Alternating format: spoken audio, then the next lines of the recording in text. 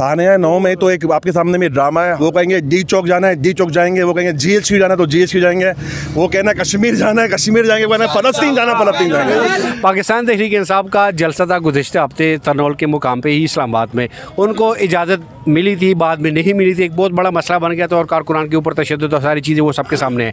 आज आप लोग फैज़ाबाद के मुकाम पे मौजूद है, तो क्या ये इजाज़त परमिशन कहाँ से मिलती है? वैसे बाबा जी ने फैज़ाबाद जब कदम रखे हैं तो ये फैज़ाबाद शान वाली एक जगह बन गई है। उनका मसला है ना कि वो अगर हमसे वादा खिलाफ़ी करें, पहले भी उन्होंने की है, अगर आप भी करेंगे जो हमारा हक़ है, हम तो वो अपना हक़ अदा करने के लिए आ चुके हैं। इससे आगे अल्लाह ताला रहम करेगा। मैक आपने मेरे से ले लिया, लेकिन चलो सुने, तो क्यों ना कि कराची वाले अपने हक़ के लिए हक़ क्यों नहीं छीन सकते? माइक तो आपने छीन लिया, हक़ कब के क्यों नहीं छीन सकते वफाक से? बस इसलिए नहीं छीन सकते कि अभी तक कराची को कोई लीडर नहीं मिला।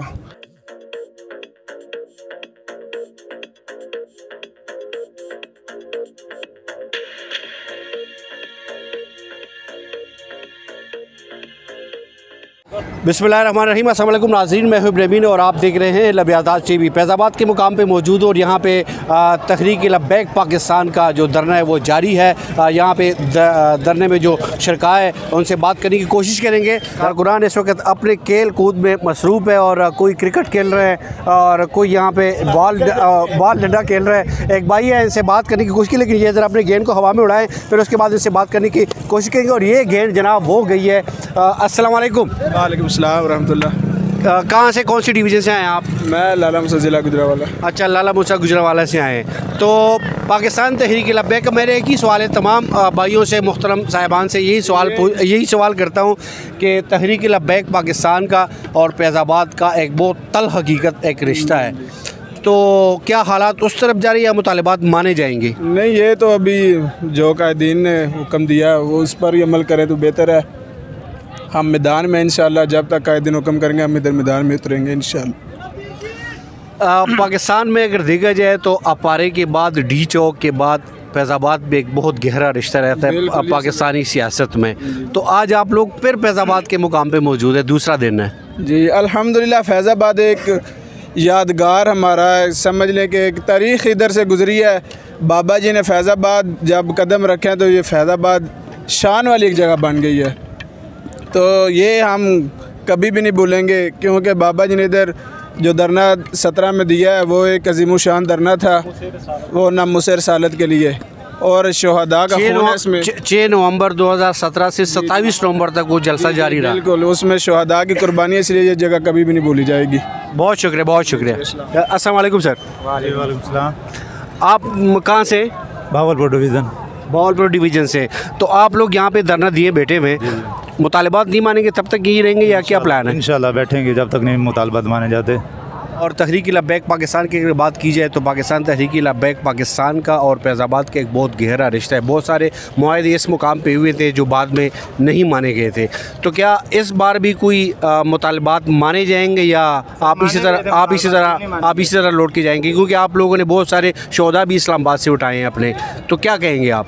जी, ये फैज़ाबाद जो है ये हमारा बहुत ही यादगार मकाम है, क्योंकि हमारी यादें बहुत बाबा जी की भी वाबस्ता हैं। तल्ख़ यादें? जी, बहुत तल्ख़ यादें। तो हम यहाँ से इंशाल्लाह अपने मुतालबात पूरे लेकर जाएंगे। ये तो आगे उनका मसला है ना कि वो अगर हमसे वादा खिलाफ़ी करें, पहले भी उन्होंने की है, अगर आप भी करेंगे जो हमारा हक़ है, हम तो वो अपना हक़ अदा करने के लिए आ चुके हैं। इससे आगे अल्लाह ताला रहम करेगा, जो होगा इंशाल्लाह अल्लाह करम करेगा। बहुत शुक्रिया सर। गुज़िश्ता हफ्ते पाकिस्तान तहरीक इंसाफ का NOC के मुताबिक एक जलसा तय हुआ था और पाकिस्तान तहरीक इंसाफ को जलसे की इजाज़त नहीं मिली तरनौल के मुकाम पे, आपको बेहतर पता होगा। आज आप लोग इस्लामाबाद में फैज़ाबाद के मुकाम पर मौजूद हैं, तो ये इजाज़त कहाँ से मिलती है आप लोगों को?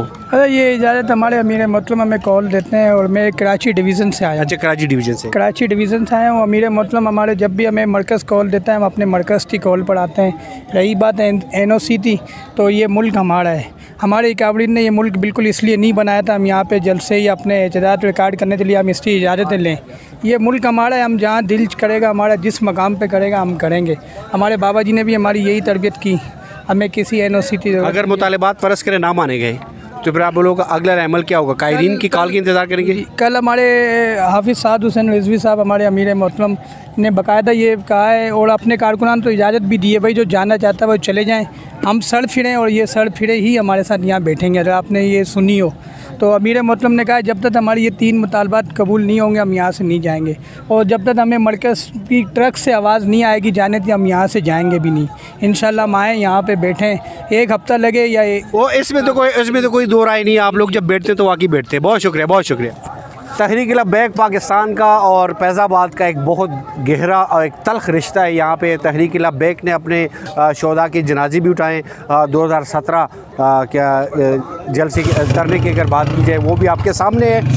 कारकुनान हमारे साथ मौजूद। अस्सलाम वालेकुम। वालेकुम अस्सलाम। आप कौन सी डिवीज़न से? मैं ज़िला सियालकोट से। अच्छा, सियालकोट डिवीज़न से हैं। तहरीक लब्बैक पाकिस्तान का और फैज़ाबाद का एक बहुत तल्ख़ गहरा रिश्ता है। ऐसी बात। क्या कहेंगे आप? आज आप फिर फैज़ाबाद के मुकाम पे मौजूद हैं। जी, इस मुकाम पे मौजूद हैं और उसी नज़रिए पे आए हैं जिस नज़रिए से पहले बाबा जी आए थे। वो भी जान देने के लिए आए थे, हम भी जान देने के लिए आए हुए हैं। अच्छा भाईजान, मेरा एक सवाल और भी है, सियासी सवाल है कि गुज़िश्ता आपको तो बेहतर पता होगा कि गुज़िश्ता हफ्ते पाकिस्तान तहरीक इंसाफ का तरनोल के मुकाम पे जलसा था और इस्लामाबाद इंतज़ामिया ने उस जलसे की इजाज़त नहीं दी। आज आप लोग फैज़ाबाद में मौजूद है तो क्या NOC की इजाज़त मिली थी? आप लोग अपने ज़ोर बाजू पे इधर पहुँचे हुए? नहीं, इजाज़त तो ये किसी बात की देते नहीं है ना, हमें ख़ास कर तो हमें नहीं देते ना कि मतलब किसी बात पे ना, मतलब हम हक पे भी होंगे ना, ये जानते भी हम हक पे हैं, लेकिन हमें इजाज़त नहीं दी जाएगी। हम अपने ज़ोर बाजू पे आए हैं और ज़ोर बाजू पे काम करेंगे। अगर ये बोले ना कि मतलब हम इनकी इजाज़त लेते फिर तो ये पूरा मुल्क का घर करके भी हमें किसी का भी खड़े नहीं होने देंगे। अब फ़लस्तीन हो गया ना, जैसा भी मामला चल रहे हैं, जो भी हो रहा है, जो भी चल रहा है, हम चाह रहे हैं कि वहाँ ना हो। नाजरीन, यहाँ पे एक चीज़ वाज़ेह है, एक साहब इनसे भी बात करेंगे। एक चीज़ वाज़ेह है कि मैं ख़ुद दिलो दिल में डर रहा था कि ये पाकिस्तान तहरीक इंसाफ का और NOC का सवाल करूँगा तो भाई का रिएक्शन क्या आएगा। सियासत में रहते हुए और अपने अखलाकियात का मुजाहरा करते हुए एक बहुत तरीके से जवाब दे दिया, क्योंकि पीछे डंडे और मुझे खदशा था कि कैसा ना हो कि डंडे पड़ जाए। एक और भाई साहब हमारे साथ। अस्सलाम वालेकुम सर। वालेकुम। सर आप कौन सी डिवीज़न से? मैं कराची से आया हूँ। अच्छा, कराची से हैं। आपसे तो खूब बातें करनी है, आप थोड़ा सा इधर हो जाएं। लेकिन सबसे पहले मैं आपको एक चीज़ मैं करेक्ट करना चाहता हूँ। आपने कहा कि हमारे यहाँ से तल्ख़ रिश्ता है। तल्ख़ रिश्ता इसलिए मैं कह रहा हूँ कि बहुत सारे शोधा की जनाजे यहाँ से उठे, वो जलसा मैंने अल्हम्दुलिल्लाह हमारा यहाँ पे बड़ा मीठा रिश्ता है। मीठा और यहाँ पे हम जो आए हैं सब मरने के लिए आए, हम यहाँ पे ज़िंदा रहने के लिए तो आए भी नहीं है। हमारे कायद ने फरमाया था कि हमारा मसाइल को हल करो वरना फिर हम सबको मार दो। तो यहाँ पर हम ये हमारी कोई तलखी नहीं है और मतलब ये वो सरजमीन है कि मतलब यहाँ पर आके हमें अपने बाबा जी का खुशबू महसूस होती है। सर मेरा माइक मेरी तरफ कर ले। मेरा आपसे एक अपना ज़ाती तौर पर भी गिला है कि आपने मेरे बोलने का जो हक है वो मेरे से छीन लिया, माइक आपने मेरे से ले लिया। लेकिन सर सुने तो क्यों ना कि कराची वाले अपने हक के लिए हक क्यों नहीं छीन सकते? माइक तो आपने छीन लिया, हक कब के क्यों नहीं छीन सकते वफाक से? बस इसलिए नहीं छीन सकते कि अभी तक कराची को कोई लीडर नहीं मिला। तहरीक लब्बैक एक वाहिद ज़रिया है कि कराची की भी तकदीर बदल सकती है, लेकिन अफसोस कि कराची वाले अभी तक समझे ही नहीं कि कराची वालों को किसी साथ खड़ा होना है। बस ये कराची क्या पूरे पाकिस्तान के मामला अबतर हैं और एक ही ज़रिया है कि पाकिस्तान पूरे पाकिस्तान के अवाम TLP के साथ खड़ी हो जाए। यानी TLP के साथ खड़े होने का मतलब है दीन के साथ खड़ी हो जाए।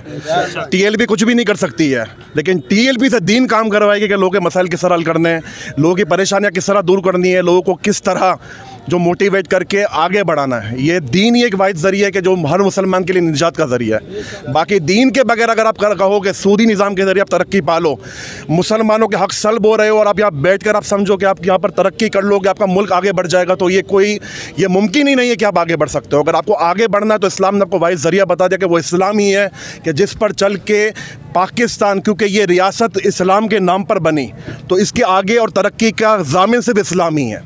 तो बस इस्लाम ज़रिए आगे बढ़ने का तो अभी तक हमारी आवाम समझी नहीं है और अभी तक झूठे दावेदार जो कहते हैं कि इस्लाम के सपने दिखाए, रियासत मदीना के सपने दिखाए और आवाम को बेवकूफ़ बनाया, तो बस TLP एक वाहिद ज़रिया है कि जो सिर्फ सपने नहीं दिखाती, अमली तौर पर मैदान में भी हाजिर है। सर मेरा दूसरा एक सवाल भी है। सवाल ये है कि पाकिस्तान तहरीक इंसाफ का गुज़िश्ता हफ्ते, आपने माइक मुझे पकड़ाया, बहुत शुक्रिया। पाकिस्तान तहरीक इंसाफ का जलसा था गुज़िश्ता हफ्ते तरनोल के मुकाम पे ही इस्लामाबाद में। उनको इजाज़त मिली थी, बाद में नहीं मिली थी, एक बहुत बड़ा मसला बन गया था और कारकुनान के ऊपर तशद्दुद और सारी चीज़ें वो सबके सामने है। आज आप लोग फैज़ाबाद के मुकाम पे मौजूद है, तो क्या ये इजाज़त परमिशन कहाँ से मिलती है? वैसे हमारे बाबा जी फरमा गए कि ये तुम्हारे बाप का मुल्क नहीं है, जब चाहेंगे इस्लाम के लिए जिधर चाहेंगे आएंगे और हमें कोई रोक नहीं। बहुत शुक्रिया, बहुत शुक्रिया, बहुत शुक्रिया, बहुत बाबा जी ने थैंक यू, थैंक यू।